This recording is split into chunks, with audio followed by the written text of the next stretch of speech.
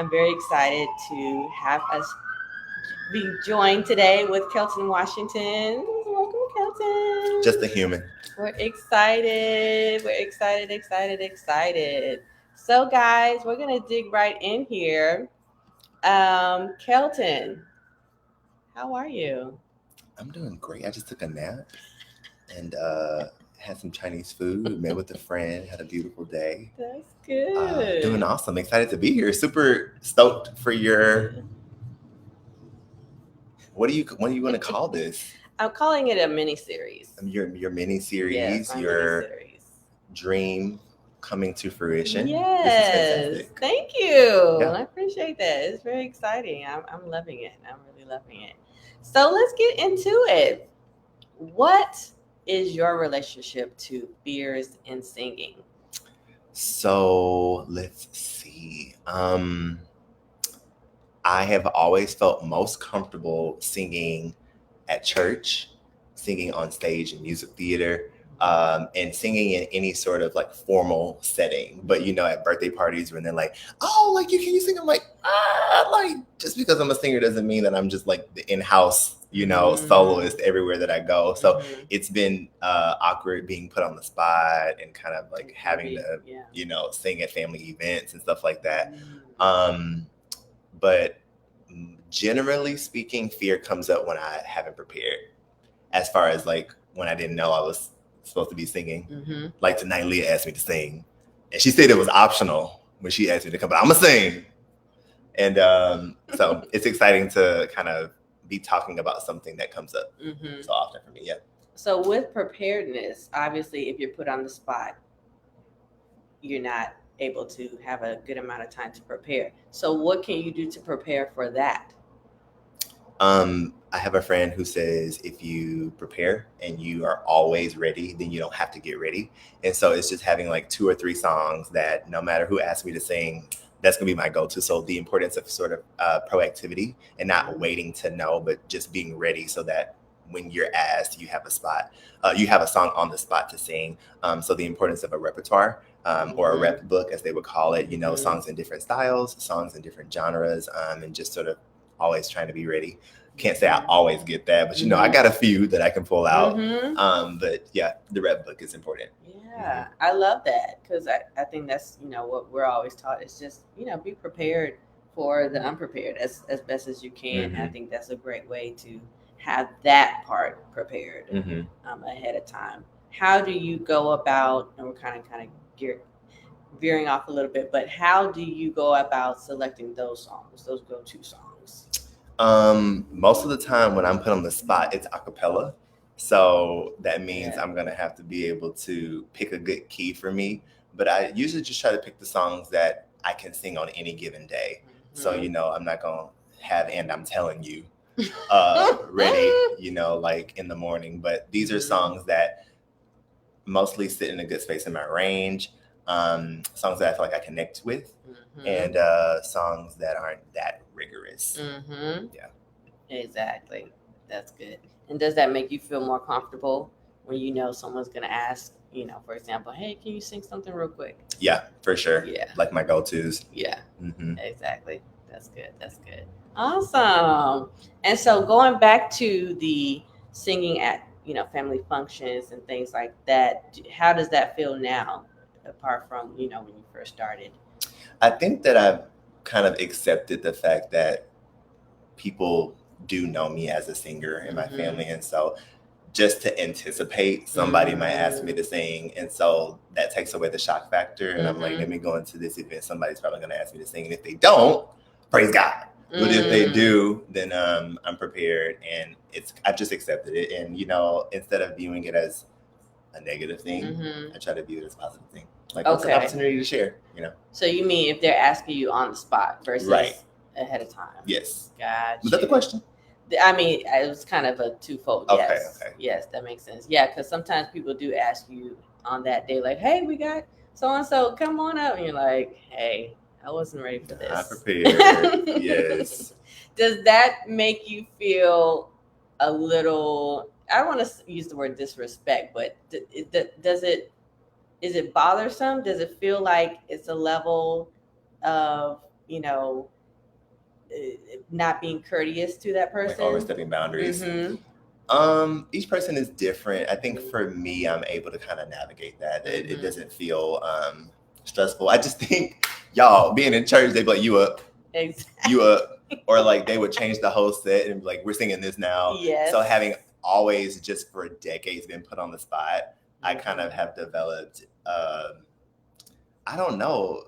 My wife knows sometimes I get excited when I'm like put on the spot and like I get to like get in there. There's something kind of just exciting about like achieving that challenge. I remember, I forget where we were, but a couple of months ago, there was like some type of service where someone had to drop and they were like, okay, you're up. And I felt just excited to sort of always be ready because as a little boy, you know, if the alto is out, you're singing alto. Or the alto's out, you're singing tenor. So, you know, sometimes I can take offense if I feel like someone's overstepping a boundary, but a lot of times I'm like, it's singing. It's not like, you know, like, I don't know, they're asking me to do something crazy. So I try to just reframe it that like people are uplifted when others share their gifts. And so that's my approach. Like other people may need notice and I totally get that. Everyone's journey is different. But for me, I try to just do that work for myself to say, you know, they're asking me to sing. It's a gift. It doesn't need to be perfect. Now, what makes it more, what I will say is what takes the joy out of that is when perfectionism comes in there. And it's like, it needs to be perfect or like it needs to be outstanding when it's like, it's just sharing from your heart and people can connect with that. And so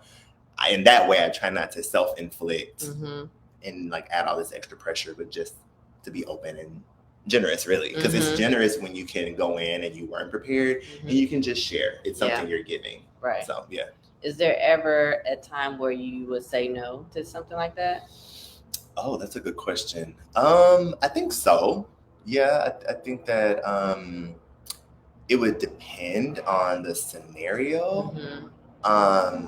If I were being asked to sing something in a key that like I knew that was gonna like falter, or if I were being asked to sing something where I didn't like maybe agree with the message of the piece or something like that, definitely I think that there's appropriate time to say no. Yeah. Yeah, that totally makes sense. Gotcha. So where do you feel you are in your journey with your fears of singing? I would say I've been singing for a really long time. So generally speaking, I feel pretty comfortable with singing. Oh yeah, sure. The only time that I feel a little bit nervous is if I haven't been able to prepare or if I know the material that I'm singing is rigorous. That's actually what makes me feel a little nervous. I get nervous thinking about it because I'm a bass baritone. And so when there's a piece that I know has something high, I'm like, okay, Lord. Yeah. And so I've been working on that. I have a falsetto, but as far as you can sing whistle, Kelton. Who needs a whistle? Well, I'm just saying. Mariah Carey got that covered for everybody. But the range, though. Yeah, the range is there, but I think as far as like, I'll speak for myself. I think most singers have a hard time blessing their own gift, getting caught up in what they wish they had. And I wish I had a higher belting range. Okay. A higher belting range. Gotcha. And so like where I cap, when there's a song that has a higher part, sometimes I'm nervous the whole song until I get through that part. And then I'm able to like let go. Because the higher register has always been difficult for me. The higher belting has always been more challenging for me. Got you. And I was in a voice lesson a couple weeks ago with my wife. And there was this part, and I was like, I am not afraid of you, F natural. Exactly. I was afraid. But I went for it anyway, and I used to be so afraid to crack in lessons. But that mentality of fear has kept me for so long. And there was like, even my voice teachers couldn't help me when my mindset was like shut down. You know, there was only so far we could go. And so like being courageous enough to crack, being courageous enough to go for it with proper technique, of course, to stretch that muscle, because it's not going to be able to be extended if I don't practice it. So I have been afraid, not publicly, like performing wise, but I have been really afraid and insecure with my register, and like being afraid to stretch that higher part because it's going to involve a lot of cracking. It's going to be slow. It's going to take a lot of work. And so in that way, that's where fear has been the biggest part of my journey. So on Instagram, see this screen. So they can't even see further me. over. Gotcha. And I'll let you, and then on the stuff they can see me. Okay. Can you speak a little bit more on that, especially to the fellas, because I know they have that whole, puberty, the journey, Yeah. And so speak a little bit more to that as far as being vulnerable in your lessons. Yeah. Okay, it's not even publicly, really. Yes. This is in the lessons. And absolutely. How, speak on that. Absolutely. More. So as a little boy, I grew up in church my whole life, and I started as the soprano of the church. And then I slowly went to alto, and I was in denial as my voice changed, and I went to tenor, and I was really sad about that. And then there's no bass in gospel music. Like, and when you come to choirs, there's some SAT. Yeah. Choral music has SATB, but like in gospel music, SAT. Exactly. And there's what bass singer do you know outside of the guy who's saying My Soul's Been Anchored? Donald Miller? Gosh, I hope that's right. Let me get to the question. So I was really distraught when I went through my voice change, and I was really trying to hold on. And I don't blame my teachers. I think I was so mentally shut down and afraid to crack, afraid to sound bad, that they could not work with me. There was only so far that we could go. Right. And so even through college and through my master's, the ceiling was in my brain. There are certain limitations that we have vocally. You can go get scoped, you can go get checked out for that. But the voice is plastic. It can, stretch to a certain extent. But if the mind is shut down, that was my plight, I was going to be hindered. That's where the block was. And so literally for like 10 years, I set that limit for myself. And I was teaching other people how to extend their range, but they were willing to crack in their voice lessons. They were willing to put in the work of sounding like Tarzan to ultimately get to a place where, like, I have a student now who has a solid G, and he's a bass baritone, and I'm still struggling to get there, but he has the mindset and the anatomy really to reach that, but his mindset was different than mine. So I just want to encourage you, don't limit yourself by allowing your brain to set those limits. It's vulnerable and it's uncomfortable and it's so awkward to crack. It sounds horrible. But there's two types of cracks, and this is the technician here. But I believe that there's a crack where there's unhealthy technique, right? When there's pressure and we're producing the sound and not in a positive way. But then there's cracking where the muscle is actually being strengthened and it's awkward and it's trying to figure out, and you'll know the difference because one hurts and the other one doesn't hurt. And so just sort of getting used to building a different relationship with cracking is really important for male singers, or even just for lower singers as you're trying to extend their range. Don't be afraid of the crack. Get with a technician who can help you. But there has been growth half step by half step, right? Growth is half step by half step. We should get that on the shirt. That's good. That's good. But it was fear. And also, like, after a while, it was just sort of like defeat. Starting to come into agreement with thoughts like, I can't sing that high, or I can't extend my range. And that stuff is with us when we sing, And so I'm kind of ranting, but that's been an ongoing relationship that I'm still dealing with today, to not limit myself. Yes. Yeah. Yep. Thanks for saying that, because it's so true. People hate the crack. Yeah. But it's like, you got to embrace it. That's it. That is literally the muscle just figuring out, okay, are we still going to be in the chest voice? Are we going up, or what are we doing? So yes, embrace it, guys. Good. Very good. Okay. And so coming out of that, let's talk about more performance aspects. How do you feel in performing? How are you feeling as far as mindset, emotions, going into preparing for that, and then stepping on stage? So, I have a performance this upcoming weekend that I've been preparing for 3 weeks. So when I have the time to prep, I feel really empowered, because I'm like, okay, when I show up for showtime, I have to just trust the hours that I put in. That's in my control. My wife talks a lot about what's in your control. And on the day of, I'm not in control of the butterflies or the nervousness that comes, but I am in control of my preparation. And so those hours of prep impact our muscle memory. And so I feel like when I have that prep, I feel much more empowered. Mm-hmm. Now, I'm not even gonna lie, like having been someone who's more like, how should I say this?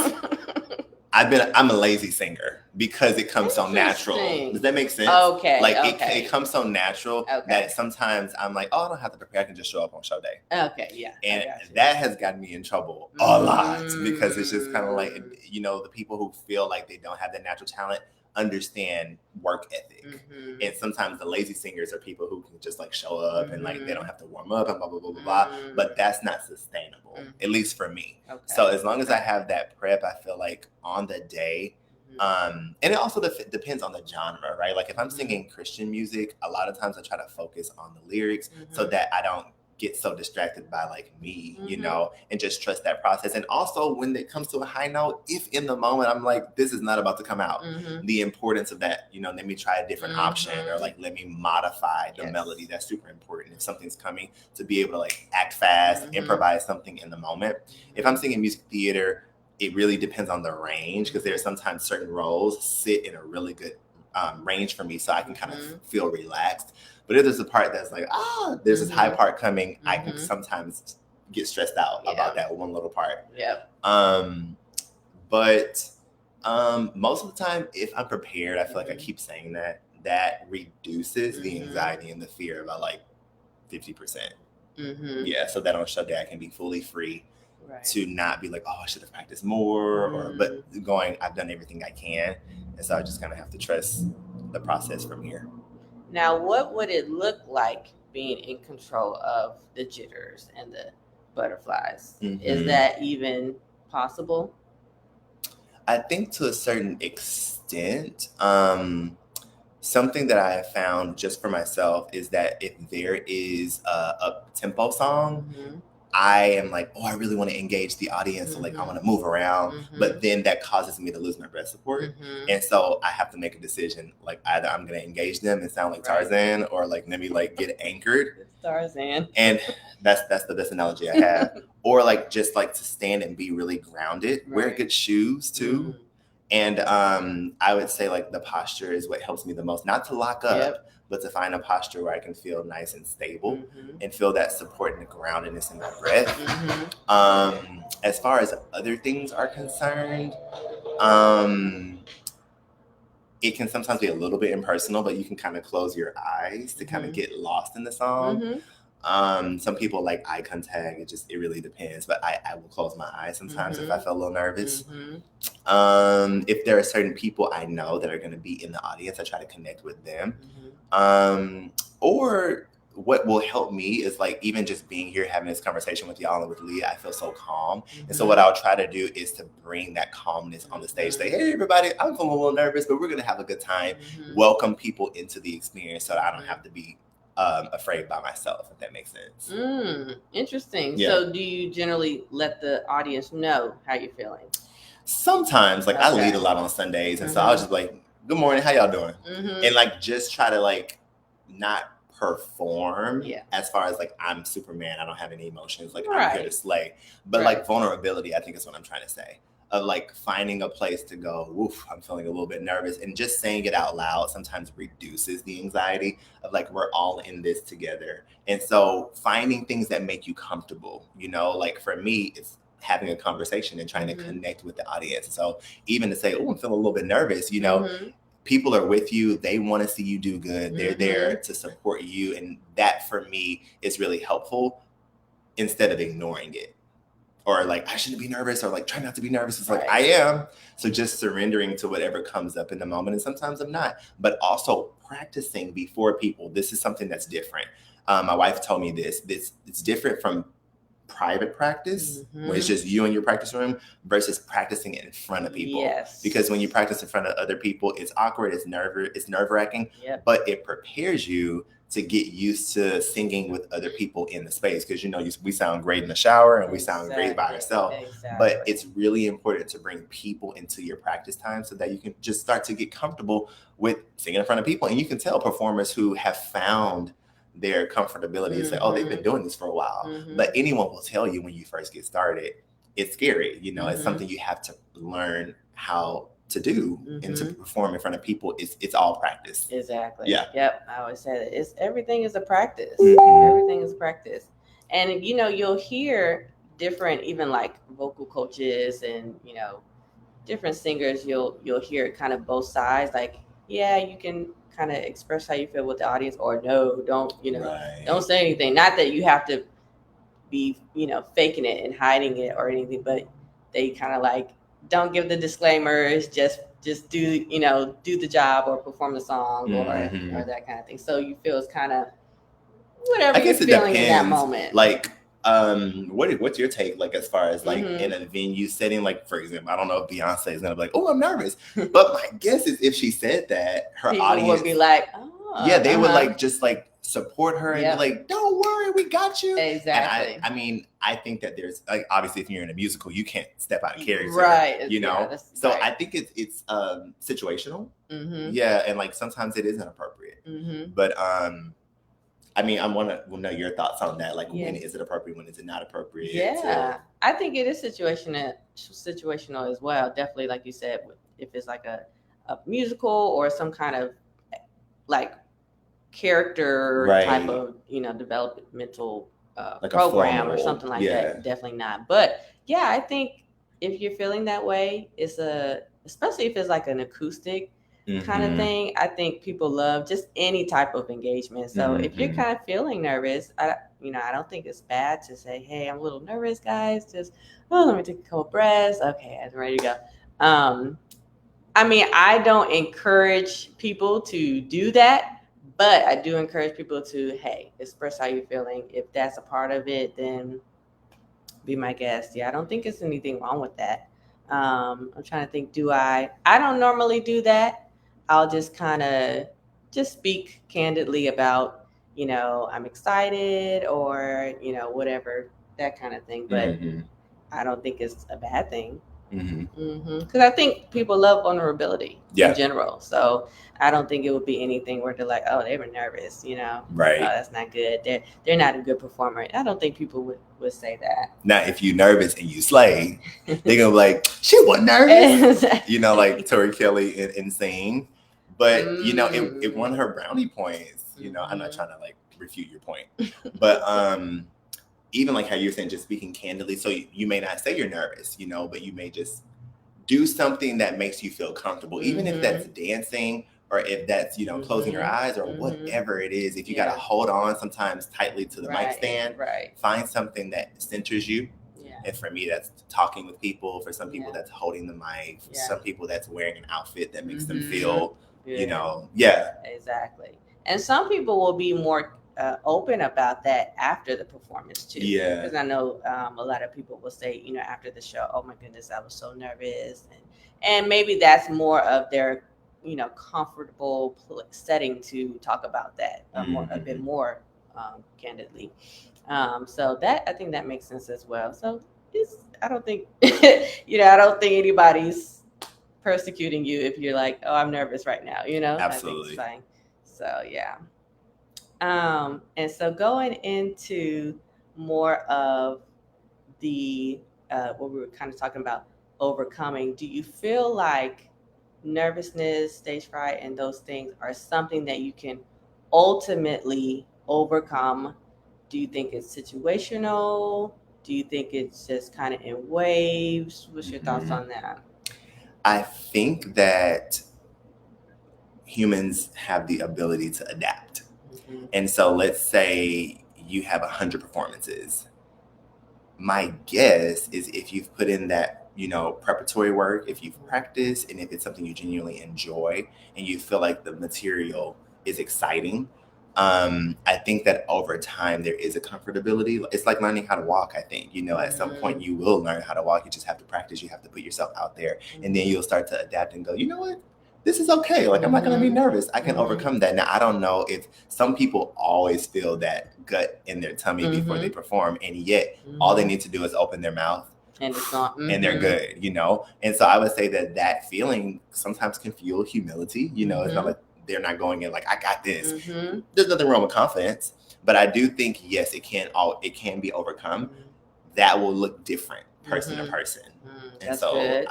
I would say just that we were created to adapt. And so at some point there is a rhythm that we feel, especially if it's done in the safety of community. You have people supporting you and like cheering you on. I think that makes it even easier.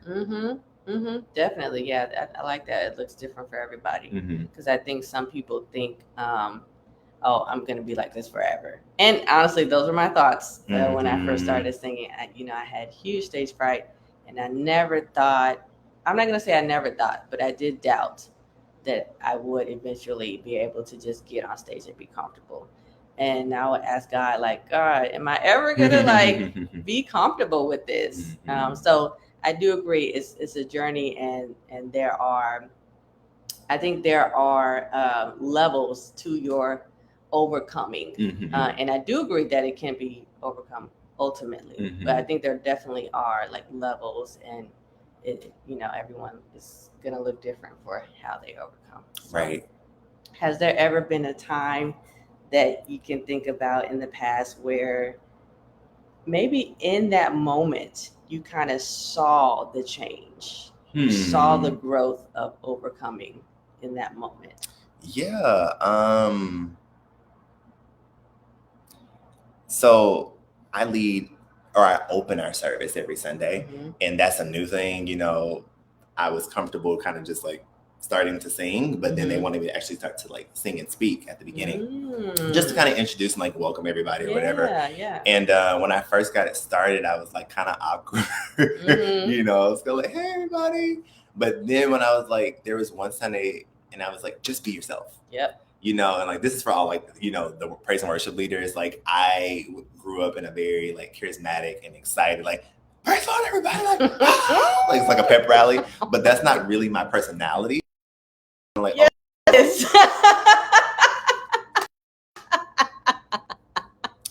I'm more calm than that, and I like to just like have a conversation. I remember there was one Sunday where I was like, just be yourself, and I was like, hey, what's going on, everybody? I started calling everybody's name, and I felt so comfortable, and I felt like that informed the singing as well. But church is like kind of safe. I've been singing in church for decades. However, I'm branching out with my own stuff now, and that still feels a little difficult. The performance aspect, like when I sing, I feel fine, but as far as like connecting with an audience, that still that still feels new actually, and a little awkward. So I'm still trying to find my balance, because as a singer, I'm like, I don't feel like talking, I need to preserve my voice. But if I spoke with more technique, it just feels awkward to speak like this all the time. So I get like lazy and I'm on my glotto, and that's why I tire out. So I'm trying to like speak with technique, and like that's hard because on the daily I'm not thinking I need to speak well. Like the opera singers, we make fun of them, but they smart. They speak with technique so that they can talk and sing for hours, and they built that stamina. So anyways, going back to your question, I think I'm still trying to figure that out. Like I'm still on my journey, because I've always felt comfortable just singing, but it's so much more than that. Like it's connecting, and I have a couple of people that come to mind that I just would marvel at how they were able to not just sing well, but to really connect with an audience. So I'm still trying to figure that out. Yeah. Do you think it's always necessary? Do you feel like not speaking to the audience every chance you get is not communicating with them or engaging with them? So I think it depends. Like if you're doing an extended set, I think I would say it's probably always appropriate to like share a little bit about like your journey personally, share a little bit about the song that just invites them in. If it's an opera, you don't speak. If it's a musical, you stay to the script. But as far as like, gigs and private performance, I just, as the audience member, that has always pulled me in to get to know a little bit more about the person who I'm getting a chance to hear. So I've always tried to adopt that model. Like if I'm doing a gig or if I'm doing, a show, I always like to connect with the audience in that way. And if not, that's okay. Not every performance calls for it, but everything is just so, situational. Because I remember I saw an artist. He's one of my favorite jazz artists, Gretchen Parlato, and she really doesn't talk a lot. Pretty much not at all. Well, she'll kind of talk in the beginning, here and there between songs, but very minimal talking. And I was like, that's really interesting. I didn't feel any type of way though. I Yeah. didn't feel like it took away from the performance. I didn't feel like, oh, I needed her to talk a bit more. I didn't feel that. I really truly just enjoyed the performance how it was. So it's always interesting to see that. I think, like you said, a lot of things are situational. Is what what it boils down to. Thinking like her music will speak for itself. Yep. Yeah, and that was like a jazz environment. Yes. Yeah, and some people are like, "Don't talk to me," just saying. So it's kind of difficult also to like maybe know your audience. Right. And so if you know like this group, they just want to come. Right. They just want to take in the music, and maybe to speak would actually like kind of take away the mood. But then if I'm, with a crowd who's really excited to connect, then to kind of go with that. And you kind of feel the vibe, when you're looking at the audience and they like, don't talk. You're like, okay, let me just say.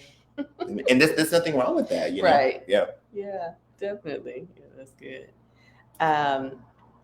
There are definitely hard times in performing. You don't always get it right, or don't always get it how you want it. In those times, what do you say to yourself? How do you encourage yourself to just keep going? When you make a mistake? Yeah.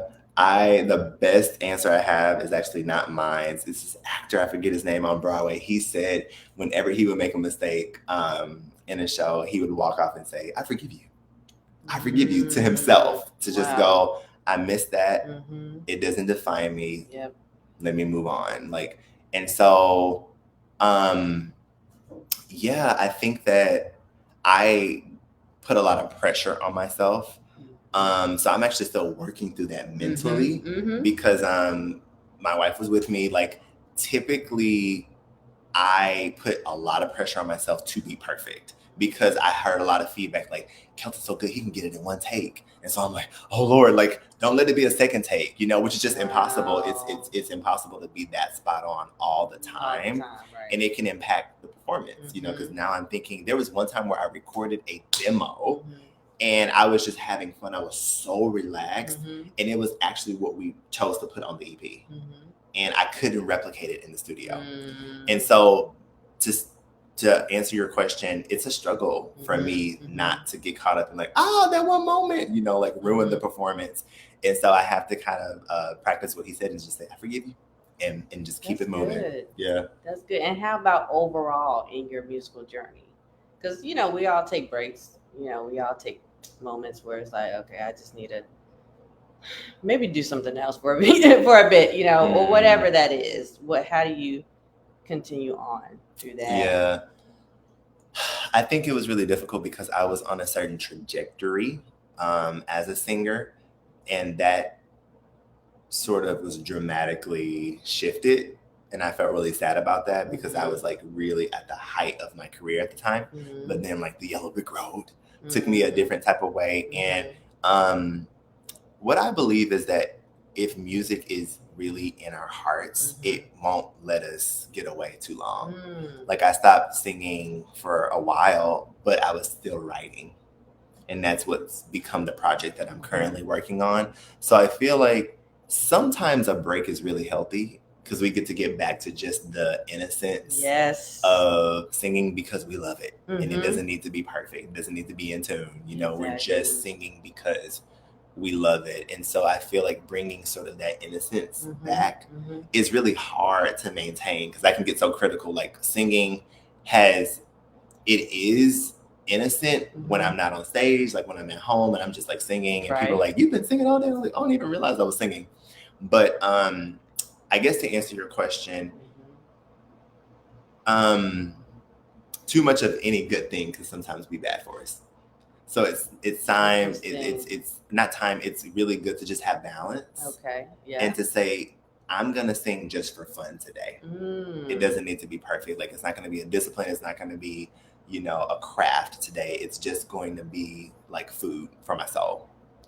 So when it gets overwhelming, I've seen people like walk away from singing and from their craft because of disappointments or because of setbacks in their career. And it's sad when they lose their why of why they even started. So I guess I'm just saying, like, it's good to kind of check in to go, okay, I feel like I need a break. But then to hopefully get back in it, you know, when opportunities present themselves, because life is full of opportunities. But to kind of just like check in with your heart and come back when you're ready. That's what I try to do for myself. Definitely. And are you just kind of telling yourself, hey, it's okay, just take a break if you need it, and we'll be back? Yes, absolutely. After these messages. Exactly. That's good. Yeah, I think we all need a break at some point. I mean, that's with anything, like you said, balance. And you know, now what would, because that was interesting when you said too much of anything, right? What would too much music be, or too much singing? Yeah, I think there's a time to really invest in the craft, but I think too much of it is where like the pie chart of my life is like 90% music, 10% relationships. Something like that. So it's like I wake up in the morning and like it's the first thing I do. It's the thing I do, and like I'm like missing important events, like I'm missing sleep, like just where I feel a little unbalanced, you know. And like, you know, spending way too much time in the practice room, like super tired at vocally, you know, and like have lost, you know, the opportunity to go out and meet with friends or like do something fun that's not music related, you know, like to stay balanced. I think that that's where it's become too much, and it's kind of like ruling life, and it's not even fun, you know. It feels like work. And again, there are seasons where we have to put in the hours and where we have to sacrifice. But knowing when it's time to take a break, when it's time to take a vacation, you know, even at in the practice rooms, there's sometimes I'm like, oh, I really want to get this. And it's like, you've been here an hour, like leave and pull and come back tomorrow, you know, like setting those boundaries for myself has been really important. So I can only speak for me. Yeah, and I was going to touch on that. Sometimes you do have to just spend that time, right? But after that, whatever it is, maybe it's a project that you just know you have a deadline for, or, you know, a performance you're preparing for. But then after, definitely take that break and kind of renew yourself. Yeah, that's good. Excellent. Awesome, Kelton. Thanks for having me. Yes, let's encourage the people. So one, what would you say to encourage, you know, everyone just continuing on with their musical journey, and then encourage us through some music, through song? What would I encourage you guys with? I would say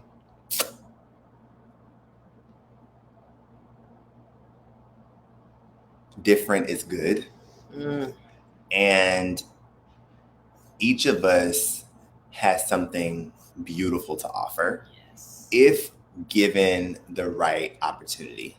And what I mean by that is serenity is very important as a musician and as a singer specifically, because if we spend our whole lives wishing we could be something else or wishing we could sing something else that our voice just doesn't do, it's going to be a life of misery. So that's why I said different is good, because if sometimes you feel insecure about your instrument, then it won't ever have the opportunity to flourish. Like a flute will never be a trumpet. And there have been so many times where I really wanted to be a trumpet. I'm like, wow, that person could just honk it. And it's like, so I'm just a flute, and flutes are beautiful. You know what I mean? And so bless you're different vocally, like try not to judge it, and then find rep that suits your instrument beautifully, or create it. You know what I'm saying? Like, different is beautiful. So just because you can't do what the next person can do doesn't mean that you are less than. It's about finding, wow, this is what my voice does really well. And it may not be the most popular thing, but it's what I was created to do. So that's what I want to just encourage you, like, bless you're different. And okay, I'm gonna sing a little bit. This is Cornerstone from Hillsong.